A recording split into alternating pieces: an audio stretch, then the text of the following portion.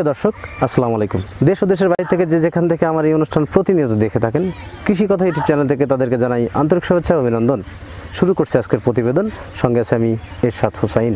প্রিয় দর্শক, আজ আমি আপনাদেরকে নিয়ে আসছি জয়পুরহাট জেলা পাঁচবিবি উপজেলা শাহনারা পোলট্রি ফিডস অ্যান্ড হ্যাচারিতে। এখানে উনি হাঁসের বাচ্চা উৎপাদন করে থাকেন। কী কী জাতের বাচ্চা উৎপাদন করেন সেই কথা জানবো, এবং তিনি এখানে হাঁস এবং মাছের সমন্বয়ে খামারটি গড়ে তুলছেন।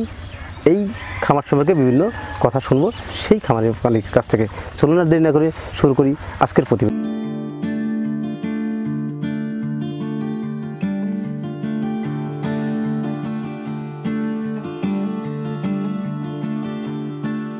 প্রিয় দর্শক, আমার সামনে যে দাঁড়িয়ে আছেন আর খোলা বিলের মাঠে ওই যে পুকুরটা দেখছেন, পুকুরের উপরে হাঁসের খামারটি গড়ে তোলা, হাঁস এবং সমন্বয়। উনি কীভাবে হাঁসের এবং সমন্বয় খামারটি গড়ে তুলছেন সেই বিষয়ে বিস্তারিত আলোচনা করবো, এবং কী জাতের হাঁস দিয়ে খামারটি গড়ে তুলছেন। চলুন শুরু করা যাক। আসসালামু আলাইকুম। ওয়ালাইকুম আসসালাম। আপনার নাম কি ভাই? আমার নাম হলো যে রিফাত হাসান। রিফাত হাসান। আপনার গ্রামের বাড়িটা কোথায়? আমার গ্রামের বাড়ি হলো যে জয়পুরহাট জেলা পাঁচবিবি উপজেলা কুসুমবা ইউনিয়ন ধুরইল গ্রামে। আচ্ছা, এই যে পিছনে যে খামারটি দিচ্ছে রোদের জন্য ওইখানে যাওয়া সম্ভব হচ্ছে না বা কাজ করা সম্ভব হচ্ছে না, আমি দূর থেকে কাজ করছি। ওই যে পিছনে যে খামারটা দিচ্ছি ওখানে সাদা হাঁস, ওই হাঁসটা কার আর কি? ওই যেটা আমাদের শাহনারা পোল্ট্রি এবং চিসের নিজস্ব প্যারেন্ট স্টক, যেখান থেকে আমাদের বাচ্চা উৎপাদন হয়। মানে ওইখান থেকে ডিম উৎপাদন করে থাকেন। ওই ডিমগুলো কি করেন আপনারা? ওই ডিমগুলো আমরা মেশিনের মাধ্যমে দিয়ে কৃত্রিমভাবে পর্যায়ক্রমে বাচ্চা উৎপাদন করি, ইনকিউবেটর দিয়ে। এই হাঁসগুলোর ছোট যখন একদিনকার বাচ্চা জি সংগ্রহ করছিলেন, কোথা থেকে সংগ্রহ করছিলেন? এটা আমরা দেশের বাইরে থেকে একটা কোম্পানির মাধ্যমে ডিম আনাইছিলাম। হাঁস পালনের অভিজ্ঞতা কতদিন? মোটামুটি 5 বছর। 5 বছর পূর্বে আপনি কি কাজ করতেন? 5 বছর পূর্বে বলতে 2009 সাল থেকে পোল্ট্রির সাথে আমরা জড়িত।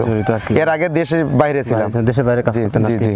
হঠাৎ করে কেন পোল্ট্রিতে আসলেন? না, হঠাৎ করে পোল্ট্রিতে আসলাম অন্য কিছুতে জি না, আসলাম এই কারণে দেশের বাইরে লেখাপড়া করছি মাদ্রাসা লাইনে, করার পরে চাকরির জন্য অনেক জায়গায় গেছি, মোটামুটি চাকরি ওইভাবে করতে পারি নাই। তারপর দেশের বাইরে গেছি, মোটামুটি 8 থেকে 9 বছর মতো ছিলাম। ওখানে যে বেতন পাইতাম তাতে আমার ফ্যামিলি বা আমার চাহিদা পূরণ হতো না। আর আমি যখন শাইখ সিরাজ স্যার একটা প্রতিবেদন দেখি, ওই প্রতিবেদনটা দেখার পরে আমার এতটুকু মনে হয়েছে যে দুবাইতে 46 এবং 50 বা 52 তাপমাত্রায় যদি অন্যের ঘাড়ে অন্যের মানে ভয় ভীতি পেয়ে কোম্পানিতে কাজ করে এখানে 10,000 12,000 টাকা মাস পাই বা 18,000 টাকা মাস পাই, তা দিয়ে হয় না। তাহলে এই চেষ্টাটা যে আমার দেশের মাটিতে আমি করি, তাহলে হচ্ছে অনেক ভালো থাকতে পারবো, এই আশা নিয়ে দেশে আসা এবং কার্যক্রম শুরু করা। বুঝতে পারছি। আপনি হাঁসগুলোর নাম কি? এগুলো হাঁস আমাদের বেইজিং এবং পিকিং ডাক। পিকিংটা বুঝলাম না। বুঝলাম বলতে পিকিং ডাকটা হলো যে বেইজিং থেকে হাঁসগুলো আনানো। বেইজিং হলো যে আপনার চীনের রাজধানীর নাম, পুরন রাজধানীর নাম হলো যে পিকিং। আপনার এখানে বেইজিং বা পিকিং হাঁসের জাত আর কি। এখানে কতগুলো হাঁস আছে আপনার? আমার আলহামদুলিল্লাহ এখানে 1300 হাঁস আছে। 1300 হাঁস। কতগুলো ডিম পাচ্ছেন আপনি? আমরা মোটামুটি আলহামদুলিল্লাহ এখন 800 850 ডিম পাচ্ছি। এটা আপনি ডিম করতেছেন কেন? এটা তো আমার জানার মতে মাংসের জন্য। মাংসের জন্য তো আসলে মাংসের জন্য মাংস উৎপাদনশীল একটি জাত। তো বাংলাদেশে আমাদের প্রান্তিক খামারের সংখ্যা এখন অনেক বেশি। যে যেমন সরকারি খামার থেকে যখন সরকার আমাদের এই হাঁসগুলো নিয়ে আসছিল, ওখানে দেখা যায় ব্যাপকভাবে সিরিয়াল দিতে হয়, তারা তাদের আশা আকাঙ্ক্ষা পূরণ করতে পারে না। এই কারণে আমরা পাবলিক সারে অল্প পরিসরে এখান থেকে আজ থেকে 4 বছর আগে শুরু করি। এখন বর্তমানে আমাদের প্যারেন্ট স্টক আছে 1300-র মতো এখানে। ঠিক আছে কথাটা? 1300 হাঁস আছে। হাঁস নিয়ে আপনি এখন হাঁস এবং মাছের সমন্বয় খামারটি করছেন। তো এই যে আপনার বেইজিং হাঁস বা পিকিং হাঁস, যে 1300 হাঁস, এটা মাংসের জন্য করা লাভ না ডিমের জন্য করা লাভ? না, আসলে মাংসের জন্য করাটা বেশি বেনিফিট। যদি কেউ আপনার ডিমের জন্য করতে যায়, তাকে অনেক ধৈর্য ধরতে হবে। কেন মাংসের জন্য করা বাদ দিয়ে আপনি ডিমের জন্য কেন করলেন? জি, আমি এই কারণে করলাম যে যেহেতু বাংলাদেশে ব্যাপক বেকার যুবক এবং যারা বিদেশের বাইরে আছে, তারা দেশে আসে কি করবে, যেহেতু অল্প সময়ে অধিক মুনাফা হয়। 75 দিনেই মোটামুটি হাঁসটা আপনার 4 থেকে 4.5 কেজি ওজন আসে, 300 350 টাকা খরচের ভিতরে। ঠিক আছে, এই কারণে আমরা মাংস করছি। মাংস করার পাশাপাশি আমরা ডিমে গেছি, কারণ সরকারি খামারে আমি নিজে গেছি, নওগাঁ হাঁস প্রজন্ম খামারে। হাঁসের বাচ্চা যখন বুকিং দিছি, সেখানে যা বাচ্চা আমরা ঠিক মতো পাই না। বাচ্চা বুকিং দিলাম, বলছে 3 মাস পরে আসেন। 3 মাস পরে যা বলছে ভাই আপনার বাচ্চা আরো 3 মাস লেট হবে। এই যে জিদ একটা সমস্যা। জি, বাংলাদেশে আমাদের এই খামারগুলো একটা সমস্যা। আমি আপনাকে একটা কথা, আপনার কথা বুঝতে পারলাম, আপনি হাঁসের বাচ্চা উৎপাদন করেন। জি, এই জন্য আপনি প্যারেন্টস করা। জি জি জি। আপনি বিভিন্ন জায়গায় ঘুরছেন, বাচ্চা পান নাই। জি জি জি। যে কোনো ভাবে হোক, জি জি জি, আপনি এটা করছেন। জি, এটা প্যারেন্টস করে। এখানে বাচ্চা, এই বাচ্চাগুলো কত করে রেটে বিক্রি করেন আপনি? কখনকার কোন রেটে যায়? জি, আমি বলি ভাই আপনাকে যে কথাটা বলছেন, হাঁসের ক্যাটাগরির উপর হাঁসের দাম হয়। আমাদের যে হাঁসটা যে একদিনের বাচ্চা আমরা যেটা মোটামুটি আপনার 80, 85, 90-এর ভিতরে আপ ডাউন করে, 75, 80, 85, মানে কাঁচামাল তো এক এক সময় এক এক রেটে যায়, ঠিক আছে, এই রেটে আমাদের বাচ্চাগুলো বিক্রি করে থাকে। আপনি যে হাঁস জি খাবার যে বোর্ডিং করার ভিতরে যে খাবার প্রতিদিন কি খাবার দিয়ে থাকেন আপনারা? জি আপনাকে ধন্যবাদ প্রশ্নটি করার জন্য। বাচ্চা যখন আমরা হ্যাচারি থেকে সংগ্রহ করি বা করার পরে আমরা একদিনের বাচ্চা যেখানে বোর্ডিং দিব, সর্বক্ষেত্রে জায়গাটাকে আমাদেরকে আগে সুন্দরভাবে পরিষ্কার পরিচ্ছন্ন করে বোর্ডিং প্রস্তুতিটা নিতে হবে। 99 ডিগ্রি তাপমাত্রার ভিতরে রাখতে হবে প্রথম 1 সপ্তাহ, তারপর 10% আবার কমে আসবে, ঠিক আছে। যখন বোর্ডিং স্পেসটা আমি সুন্দরভাবে তৈরি করলাম, তৈরি করার পরে নিচে আমি তুষ দেবো অথবা কাঠের গুঁড়া, তারপর আমি চট দিব অথবা পেপার, চট দিতে হবে, পেপার দেওয়া যাবে না, ভিজে ফেলাবে। দেওয়ার পরে যখন বাচ্চাটা আমার ঘরে আসবে, সেম ভাবে ওই বাচ্চাটাকে দূর থেকে আসার কারণে একটা মেডিসিন দিতে হয় যেটা আমরা লাইসোভিট। এই লাইসোভিট আমরা দিব 1 গ্রাম 3 লিটার পানিতে 10 থেকে 15 মিনিট পরে যখন দিব, বাচ্চাটা পানিটা খাওয়ার পরে একটু আরাম নেবে, তারপরে পানিটা দিতে হবে, পটে দিতে হবে, পটে দিতে হবে, পানির পটে। এবং মনে রাখতে হবে একটি হাঁসের বাচ্চার জন্য 4টি করে পানির পাত্র, 100 হাঁসের বাচ্চার জন্য 4টা পানির পাত্র, তাহলে বাচ্চা 25টা করে বাচ্চা একসাথে সুন্দর করে খাইতে পারবে। আমরা যদি 2টা বা 1টা পাত্র দেই, হুড়াহুড়ি করে সব বাচ্চা ওখানে মারা যাবে। এবং প্রথম একদিন বাচ্চা খাবার ছিটে দিতে হবে, এবং যে নিচে যে শটটা আমরা দিব, এই শটটা আমাদের চেঞ্জ করে দিতে হবে এবং লাইসোভিটটা 12 ঘন্টা চলবে। প্রথমবার নেওয়ার পর থেকে 12 ঘন্টা চলবে। এরপরে স্টেপ বাই স্টেপ আপনার হচ্ছে মেডিসিনগুলো চেঞ্জ, মানে ক্যাম্বেল হাঁসের মতোই এটা। জি ক্যাম্বেল হাঁসের কোনো পার্থক্য নাই, একই রকম, কোনো পার্থক্য নাই। আমি তো জানি হাঁসের ভ্যাকসিন করতে হয়, আপনার এই বেইজিং হাঁসের কি ভ্যাকসিন করতে হয়? বেইজিং হাঁসটা যদিও আমাদের দেশের মানে চীন দেশের এটা একটা হাঁস, আমাদের দেশের প্রথমত বলি ভ্যাকসিনের কথা বলছেন, মানে আবহাওয়ার সাথে মানানসই। সেম দেশি হাঁসক যেহেতু 3টে ভ্যাকসিন করতে হয়, 2টে ভ্যাকসিন করতে হয়, এই বেইজিং বা পিকিংকেও সেই করতে হয়। আপনার 19 থেকে 21 দিন বা 27 দিনের ভিতরে আপনার ডাক খুলে দিতে হবে। জি জি আপনার 36 থেকে 42 দিনে বুস্টারটা করতে হবে, এবং আপনার হচ্ছে 50 থেকে 65 দিনের মধ্যে ডাক কলেরা করলে, এই 3টে ভ্যাকসিন যদি করে কেউ, আলহামদুলিল্লাহ সমস্ত হাঁসগুলো তার সুন্দর এবং সুস্থ থাকবে।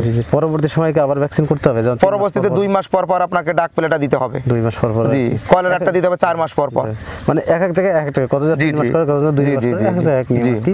যাই হোক, আপনার হাঁস পালনের ক্ষেত্রে আপনি যে পরামর্শগুলো মানুষকে দিলেন, আপনি কি মনে করেন আপনি পরামর্শ গ্রহণ করলে যদি খামারে করে থাকে, তাহলে তিনি কতটুকু স্বাবলম্বীর মুখ দেখতে পারেন? আলহামদুলিল্লাহ, আপনার একটা কথা শুনে খুব ভালো লাগলো। শাহানারা পোলট্রি এবং চিক্স নিরলসভাবে এবং স্বার্থবিহীনভাবে যে খামারিদের পাশে দাঁড়াচ্ছে বা আমরা কাজ করতেছি, আমাদের নিয়ত যে আমাদের একদিনের বাচ্চা দেওয়া থেকে শুরু করে, নট ফর অনলি আমার হ্যাচারির কথা বলি না, যে কোনো হ্যাচারি থেকে তারা যদি বাচ্চা সংগ্রহ করে, আমার মানে প্রত্যেকটা হ্যাচারি মালিক এবং প্রান্তিক খামারিদের মানে একটাই উদ্দেশ্য এবং অনুরোধ করবো যে তারা যেন ওখান থেকে একটা চার্ট সংগ্রহ করে, লিস্টে যেন সংগ্রহ করে, বাচ্চা পালনের লিস্টে সংগ্রহ যেন করে এবং অল্প পরিসরে যেন শুরু করে। ওই বাচ্চার লিস্ট যদি সংগ্রহ করে তাহলে তাদের জন্য ইজিলি হবে, এবং 65 দিন 75 দিনে তারা একটা ভালো রেজাল্ট পাবে। এবং তারা যেন ওখান থেকে একটা খাদ্য তালিকা, যেমন আমরা খাদ্য তালিকা দিয়ে থাকি, তারা খাবারটা 1 মাস পরে কি খাবার বানাবে, কি এমনি বানাবে, ওই খাবার ভিতরে লেখা থাকবে সব।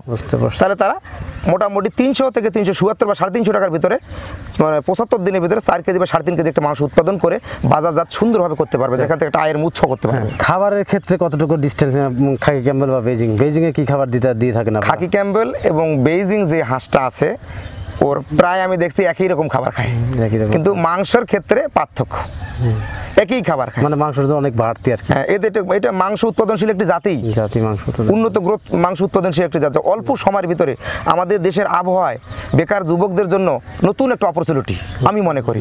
আমি 4 বছর থেকে পালতেছি, যদি 5 বছর থেকে হাঁসের সাথে জড়িত। আলহামদুলিল্লাহ, আমি বিদেশ থেকে এবং অন্যান্য কৃষি খাত থেকে এই সেক্টরে আল্লাহ তাআলা আমাকে অনেক ভালো রাখছে, শাহানারা পোল্ট্রি এবং কৃষির সাথে থেকে। নতুন যারা খামার করবে, নতুন যারা উদ্যোক্তা হতে যাচ্ছে, তারা যদি হাঁসের খামার করে, বেইজিং হাঁস বা ক্যাম্বেল জাতের হাঁস, আপনার কি মনে হয় তারা কি লাভবান হতে পারে? যে শ্রমটা যারা বিদেশ দেয়, সেই শ্রমটা যদি দেশে দেয়, দেশের মাটিতে দেয়, তারা কতটুকু স্বাবলম্বীর মুখ দেখতে পারে বা সফলতা অর্জন করতে পারে? আমি আমার বাংলাদেশের সমগ্র তরুণ উদ্যোক্তা এবং নারী উদ্যোক্তা এবং যারা বিদেশ প্রবাসে যারা আছে এবং কৃষি কথা চ্যানেলের মাধ্যমে আমার যে কথাটা বর্তমানে তারা শুনে, তাদের উদ্দেশ্যে আমি একটা কথা বলতে চাই। তারা যদি হাঁসের খামার করতে চায়, কারো লোভে না পড়ে, কোনো ইউটিউবের ভিডিও দেখে লক্ষ লক্ষ টাকা লাভ হচ্ছে তা না দেখে, নিজের সজ্ঞানে সম্পূর্ণ যাচাই বাছাই করার পরে যদি তারা মনে করে যে আমার দ্বারা করা সম্ভব, তাদের যদি জায়গা থাকে, শ্রম দিতে পারে, তাহলে তারা অল্প পরিসরে শুরু করতে পারে। যদি করতে পারে তাহলে আমি মনে করি সে লাভবান হতে পারে।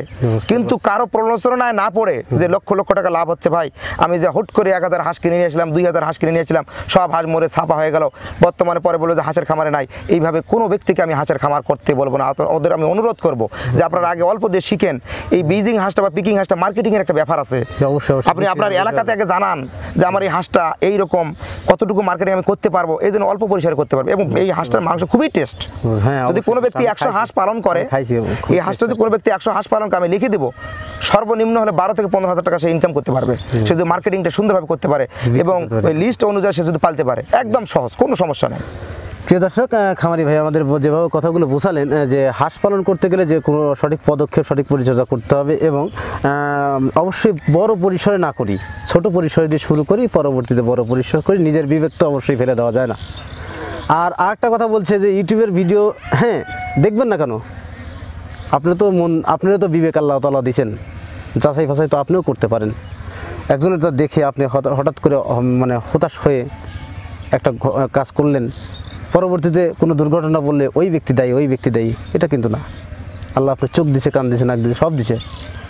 আপনি বুঝে খেতে বলছে, আপনি জিনিসটা বুঝে খান। ইউটিউবের ভিডিও লক্ষ লক্ষ টাকা লাভ, এটা করুন ওটা করুন, এটা তো বুঝতে হবে আপনাকে অধিক শ্রমও দিতে হবে। আপনি অধিক পরিমাণ শ্রম দেন, তাহলে আপনি সফলতা অর্জন করবেন। তো প্রিয় দর্শক, আজ এ পর্যন্তই, দেখা হবে পরবর্তী ভিডিওতে। ততদিনে ভালো থাকেন, সুস্থ থাকেন, আল্লাহ হাফেজ।